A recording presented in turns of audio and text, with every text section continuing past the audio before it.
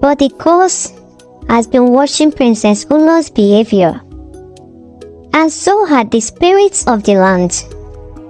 Among them was a restless spirit, a man who had died long ago, but had not found peace. He had seen how Princess Ulo mistreated his suitors, and how she scorned the love of some good men like Cheta. Enraged by his arrogancy, the spirit decided to teach her a lesson. One night, the spirit man borrowed parts of bodies from various sources. He took one hand from a dead warrior, one eye from a wise elder, and one leg from a mighty wrestler, even a nose from a child. With these borrowed parts, the spirit fashioned himself into a man, tall, handsome, and strong. No one would recognize him as the spirit he truly was. The next morning, he arrived at the Once upon a time, in the Rush Kingdom of Umuapa village, a land of rolling hills and sparkling rivers, there lived a princess of such beauty that even the moon blushed when it cast its light upon her. Her name was Princess Ulo, the cherished daughter of Igwe Ezumezu and his queen, Queen Oruchi. As the only child of the king, Ulo was pampered beyond measure, adored by her parents, and admired by all who laid eyes on her. Her skin was like purplish mahogany, her eyes like dark, sparkling gems, and her laughter was said to bring joy to all who heard it. But beneath her beauty lay a stubborn heart. From a young age, Princess Ulo has been spoiled by the love and attention showered upon her. She knew no want and no hardship, and as she grew, so did her pride.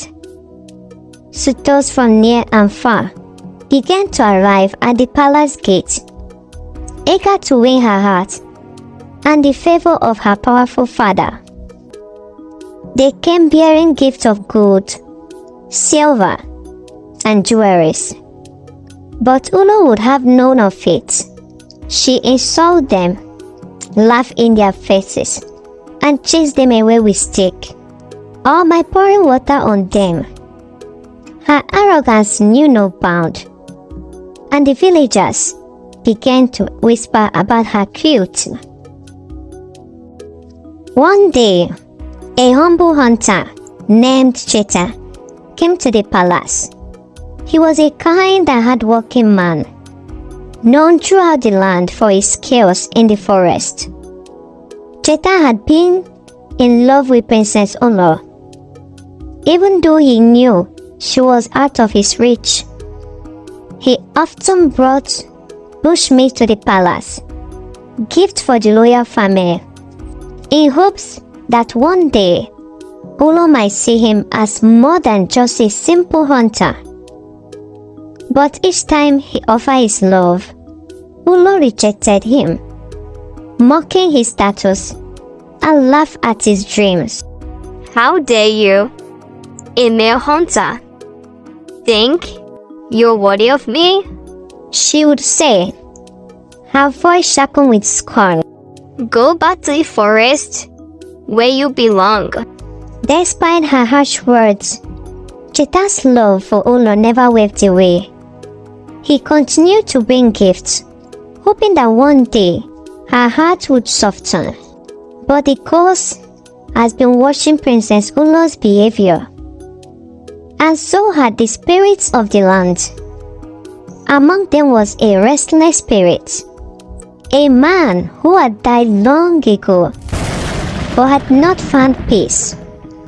He had seen how Princess Ulo mistreated his suitors, and how she scorned the love of some good men like Jeta. Enraged by his arrogancy, the spirit decided to teach her a lesson. One night, the spirit man borrowed parts of bodies from various sources. He took one hand from a dead warrior, one eye from a wise elder, and one leg from a mighty wrestler, even a nose from a child. With these borrowed parts, the spirit fashioned himself into a man, tall, handsome, and strong. No one would recognize him as the spirit he truly was. The next morning, he arrived at the palace, dressed in fine clothes and carrying a large sack of gold. He introduced himself as Nnanna, a wealthy traveler from a distant land, and asked for Princess Ulo's hand in marriage. To everyone's shock, Ulo, who had rejected so many before him, accepted Nnanna's proposal without hesitation. The villagers were confused. How could she have fallen for this stranger so quickly, when she had done it with so many good men? I wonder. Gossip spread like a wildfire through the village, with everyone gossiping about the sudden change in the princess' heart. The traditional marriage was arranged, and soon after, Nnanna and Princess Ulo set off for his distant home. But as they journeyed deeper into the forest, Nnanna began to change. First, he returned the hand he borrowed to the dead warrior, and his arm disappeared. Then, he returned the eyes to the wise elder, and his face began to melt away. One by one, the body parts vanished, until Nnanna was nothing but a shadow of his former self. He was a spirit once more. Princess Ulo, realizing too late that she had married to a spirit, screamed for help. She tried to run, but the thick forest surrounded her, and no one could hear her cries. Nnanna laughed, a deep, aroused sound that sent shivers down her spine. He had no intention of letting her go. She was his now, bound to him by marriage, and she would remain with him in the spirit world forever. Days passed, and Ulo wandered through the forest, lost and terrified. She had no food, no water, and no way of escaping. She wept bitterly, regretting how she had treated the men who had come for her hand in marriage. Her pride had led her to this terrible fate. But, unbeknownst to her, Cheta has been following them from a distance. His heart, still filled with love for the princess, had driven him to track her journey.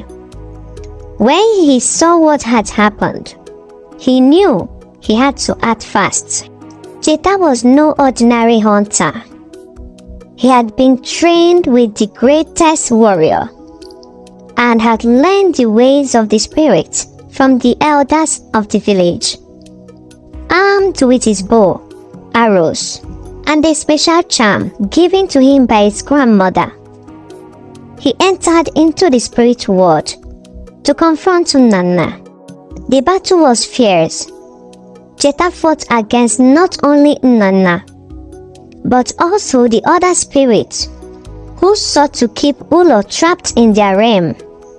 The forest was alive, and the sound of battle, the crash of weapons, the cries of the spirits, and the roar of the wild. Cheta's strength and courage were unmatched, but the spirits were many, and he was the only man. Just when it seemed that all hope has lost, Cheta remembered his grandmother's word. The spirits may be strong, but love is stronger. With this in mind, he called out to the gods, asking for their help. The skies opened, and a great wind swept away through the forest, scattering the spirits and leaving only Nana behind. Cheta, with the last of his strength, struck Nana with his enchanted arrow. The spirit let out a terrible scream before vanishing into the thin air and never to be seen again. Exhausted but victorious, Jeta found Princess Olo and carried her back to the palace. The villagers rejoiced at their return, and Iwe Ezumezu, who had been beside himself with worries, welcomed them with open arms. Princess Olo, humbled by her ordeal, finally saw Cheta for the man he truly was: brave, kind, and filled with a love that had saved her life. She fell in love with him, and this time, when Jeta asked for her hand in marriage, she accepted without hesitation. Their wedding was the grandest the village had ever seen, and they lived happily ever after. The tale of Princess Ulo and Cheta became a story told for generations, a reminder that true love cannot be found in wealth or status, but in the heart of the kind and brave soul.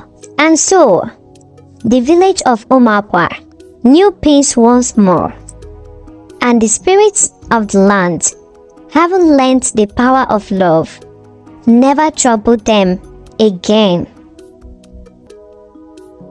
The end.